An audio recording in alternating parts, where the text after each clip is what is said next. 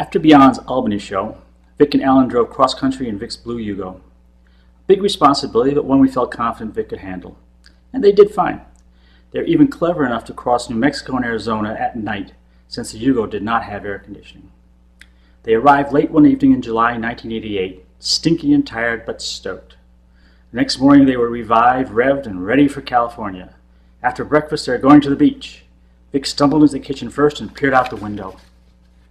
"Hey, what's with the clouds? This is supposed to be sunny California," Vic groused.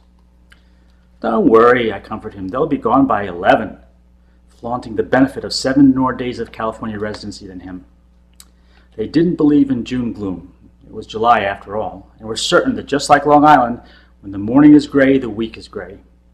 The improbable happened on schedule, though, so they picked up, perked up, and hit the road for Solana Beach. Upon return, we heard their dissatisfaction at the beach.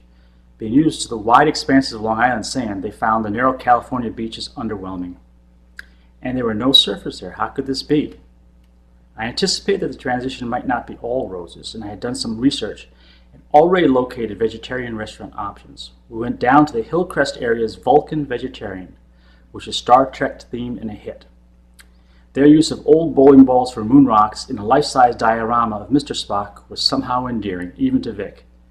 California transition was going to be okay. Now, California is different from Long Island in many ways, especially so to a person with a BMX bike and a skateboard. Think Nirvana.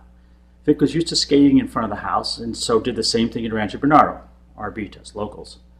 The big difference here is that RB is primarily a retirement community, and Eastview, our development, fit the mold to perfection. Most of the inhabitants were invasive transplants like us, and not native California species, so skateboarding was foreign to them. Even more foreign was the sounds of the skateboard shredding and grinding the sidewalk curbs. The neighbors complained about the noise. I would have ignored such complaints, but didn't want to start out on a bad note. We agreed that skating would be a daytime activity. "It sure wasn't what I expected," Vic said. "What about the skate park in Escondido?" I said. "You know I hate Escondido." Living in Rancho Bernardo now was a time of novelty and beginnings. It was easy to put things like Hare Krishna out of my mind since so many other things were filling it. Things like taking up gymnastics and learning to speak Russian. Linda was enjoying the challenges as well, but her mind doesn't work the same as mine. Beyond was finally ready to record the No Longer at Ease album, and Vic flew back to New York in August. He'd become quite capable of navigating what might seem to be difficult waters, so a solo trip seemed to lack a downside.